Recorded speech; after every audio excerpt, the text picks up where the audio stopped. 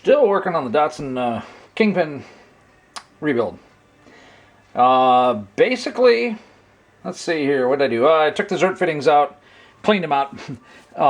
There's a little gap between the distance there between the inside of the hole there and the bottom of the Zert fitting. So that was a nice little caked slug in there. So once I took the Zert fittings out, I was able to just poke that up out of there, clean it out a little bit.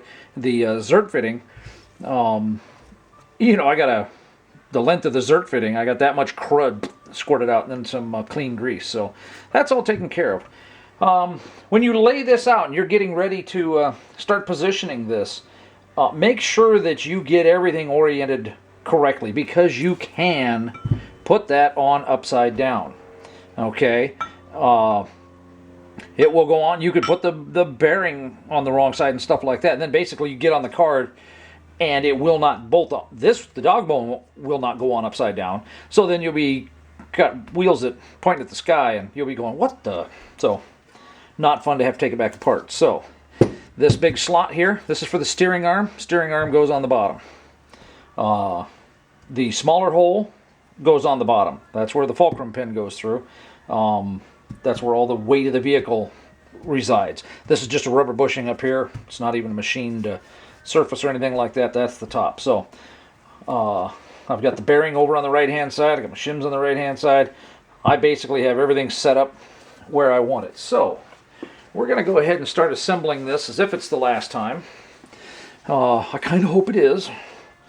So I'll move some crap out of the way. Get some clean rags here, stuff like that, so that as I can give them, one last little wipe down.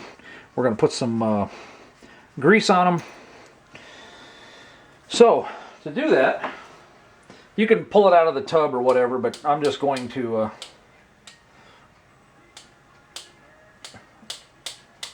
it looks like it's looks like that's all I'm going to get until I change the cartridge. So that may be enough. We'll see. Basically, what I want to do is I'm going to put grease in this hole. There's going to be grease on the Kingpin. That isn't for lubrication. That's not going to turn. That's hoping that, another 10 years down the road, these will come apart if the bushings have worn. If it's properly maintained and grease is put in here regularly and stuff like that, these things will last a long, long time. So I guess we'll do it with the pinky since the fat finger won't fit. Ow, I'll break the finger. Okay. So, just needs a smear coat. Doesn't need a big glob or anything like that.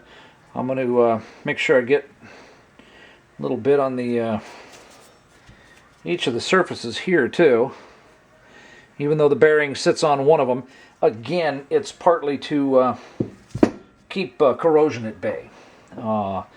These Kingpins will most likely get sold. They'll go off to somebody else who can do the final clean and the paint on them and stuff like that. But they're not going to want to take them apart just to paint everything. I probably should have painted everything first, but as soon as you do that, then somebody has to strip all the paint back off and everything. So,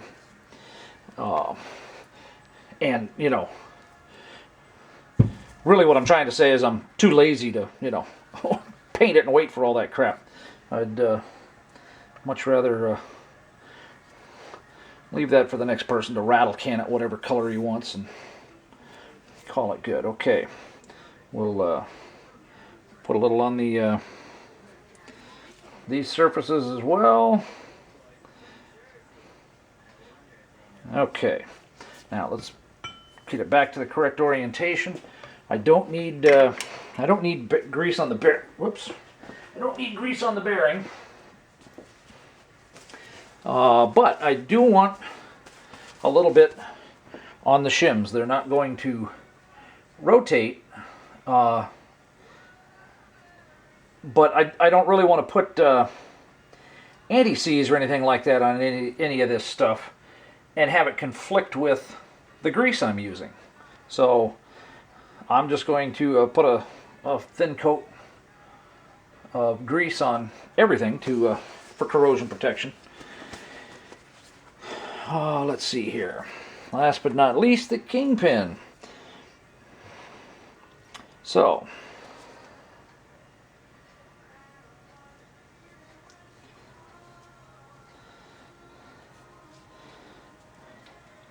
and you can put a big glob on it if you want. It's just simply going to push out because of the, most of it will push out. I really just need a thin film on there. I'm going to leave the end there for right now because I want to be able to grab the dang thing. So, let's see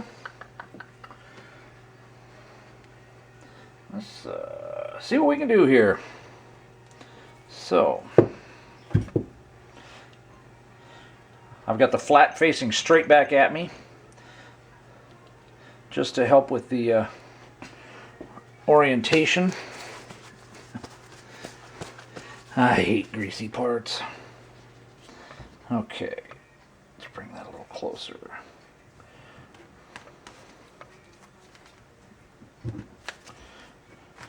All right, another video already showed this once, so I guess we have it showing up twice. Okay, I can see the flat. I'm going to orient it down again. Okay. And there we go. Basically, I did a little wiggle.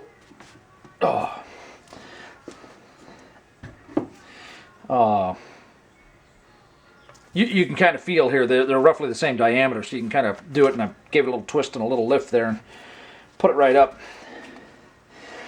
So, I really like the fact that I can just barely push that up in there. That, oh man, I kind of like the fit there. So,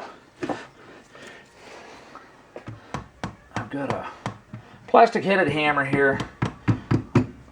It doesn't want to fit in the hole, so let's use the brass drift just to give it a little tap there.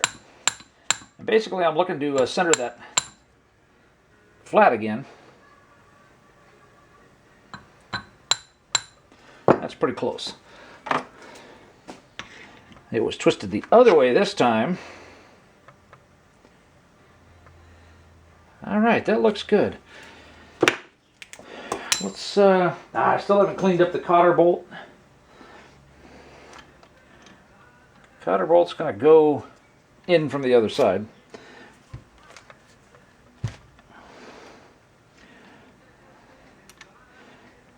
Okay, yeah, I'm definitely going to have to clean that up a little bit. And it seems to be a little bit bigger than that hole, so I think I just might have to do just a little bit of clearance, sanding, grinding, filing, whatever it takes there to get that to slip in the hole, because I'm not as concerned with it being a little loose going in to start with down here. I want to make sure that this flat spot hits that flat spot and registers solidly. I want this to wedge against that flat spot hard. Okay, that's what the concern is, more so than how tight this fits in the hole.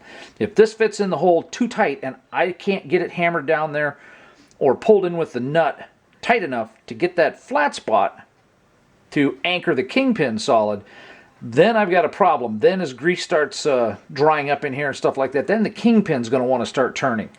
And plus too, I could get some up and down slop, that kind of stuff. It just... I want that to stop that Kingpin. Let's see, anything else? Still have the caps to do. I may wait and do the caps. Tomorrow. I may wait till I have the other spindle all finished and that stuff too. So there we go. So let's see here. Nice. So the big question is how well it'll rotate with a load on it, and it should be just fine, you know, because once the load goes on there, you know, it actually turns easier as I squeezed it a little bit. That's because of the drag here. So once the weight of the vehicle's on it, that's going to turn